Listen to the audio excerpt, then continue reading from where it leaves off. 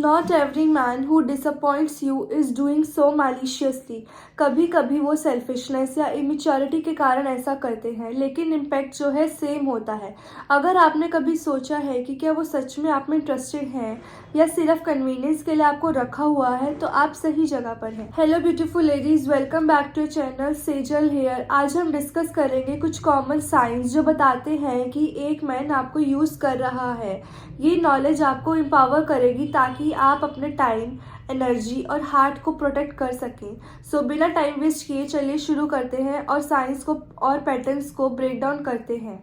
Starting with the most common one. Number 1, he only invest when it benefits him.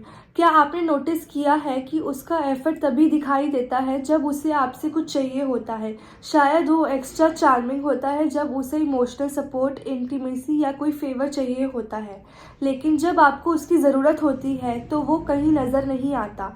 ये सिर्फ इनकंसीडरेट नहीं बल्कि एक क्लियर बिहेवियर पैटर्न है जिसे साइकोलॉजिस्ट ट्रांजैक्शनल रिलेशनशिप्स कहते हैं। एक ट्रांजैक्शनल रिलेशनशिप तब होता है जब एक इंसान तभी इंगेज करता है जब उसे कोई बेनिफिट मिलता है।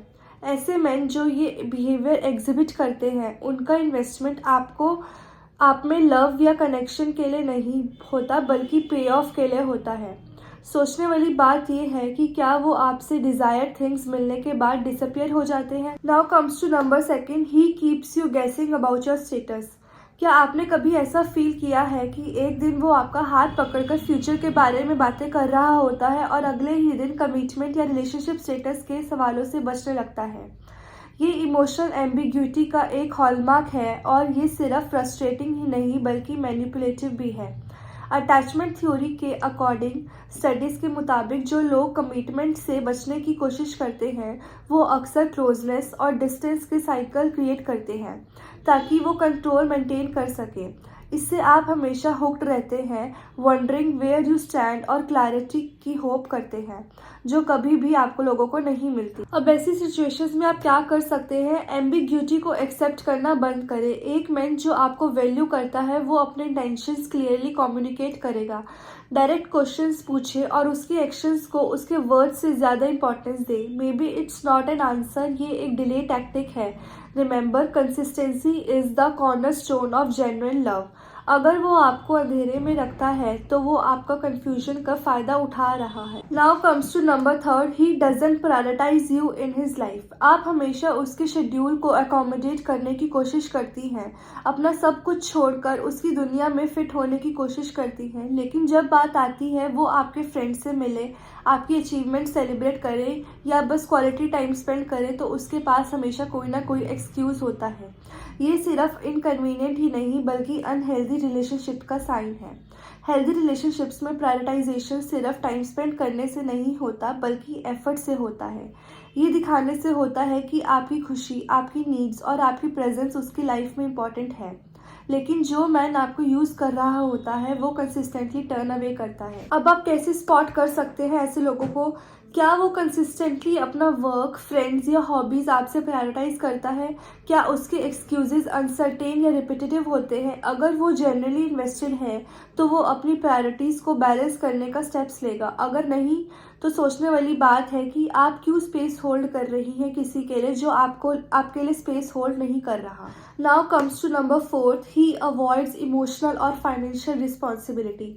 ये बिहेवियर अक्सर सटल तरीके से नज़र आता है। एक मैन जो आपको यूज़ कर रहा होता है वो इमोशनली या फाइनेंशियली रिस्पॉन्सिबल होने से बचता है। पहले इमोशनल रिस्पेक्ट की बात करते हैं। वो आपसे एक्सपेक्ट करता है कि आप उसकी चीयरलीडर, कॉन्फिडेंट और सपोर्ट सिस्टम बने, लेकिन जब आप अपनी फीलिंग्स, कंसर्न्स या वनरेबिलिटीज़ एक्सप्रेस करती हैं तो वो शट डाउन हो जाता है। शायद वो सब्जेक्ट चेंज कर देता है, आपके इमोशंस को मिनिमाइज करता है या वर्ड्स आपको एक्यूज़ करता है। ये सिर्फ इनकंसिडरेट ही नहीं बल्कि इमोशनल ड्रेनिंग भी है। अगर वो आपको सब इमोशनल हैवी लिफ्टिंग करने दे रहा है तो ये एक रेड फ्लैग है। अब बात करते हैं फाइनेंशियल डायनेमिक्स की। हर रिलेशनशिप्स के अपने फाइनेंशियल डायनेमिक्स होते हैं, लेकिन एक मैन जो आपको यूज़ कर रहा होता है वो बार बार फाइनेंशियल बर्डन आप पर शिफ्ट करेगा। शायद वो अपना वॉलेट भूल जाता है, बिल्स कवर करने के लिए आपसे कहता है या कैजुअली पैसे बोरो करता है बिना वापस करने की इंटेंशन के। ये बिहेवियर्स रिस्पेक्ट और लॉन्ग टर्म इन्वेस्टमेंट की कमी को दिखाते हैं और ये रिफ्लेक्ट करते हैं कि वो आपको कन्वीनियंस की तरह देख रहा है, पार्टनर की तरह नहीं।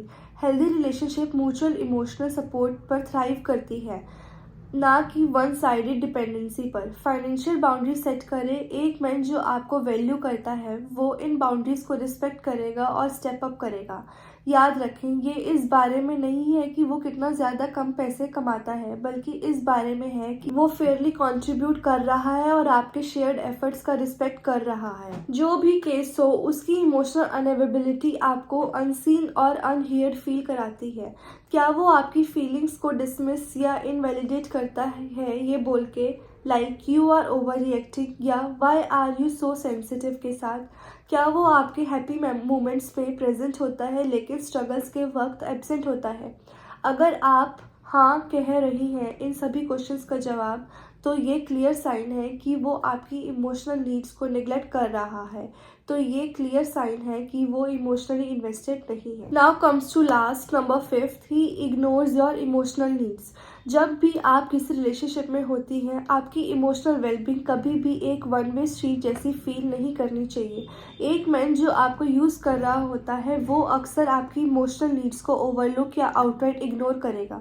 शायद वो अपनी प्रॉब्लम्स के बारे में बातें करने में एक्सपर्ट है, लेकिन जब आप अपने कंसर्न्स शेयर करती हैं तो वो चुप हो जाता है या फिर वो डीप डिस्कशंस अवॉइड करता है क्योंकि ये उसे अनकंफर्टेबल बना देती हैं। Recognising these behaviours is the first step towards empowerment. You deserve a relationship where you are cherished, respected and valued. If a man is showing these behaviors, it's important to protect your peace and not settle for less than you deserve.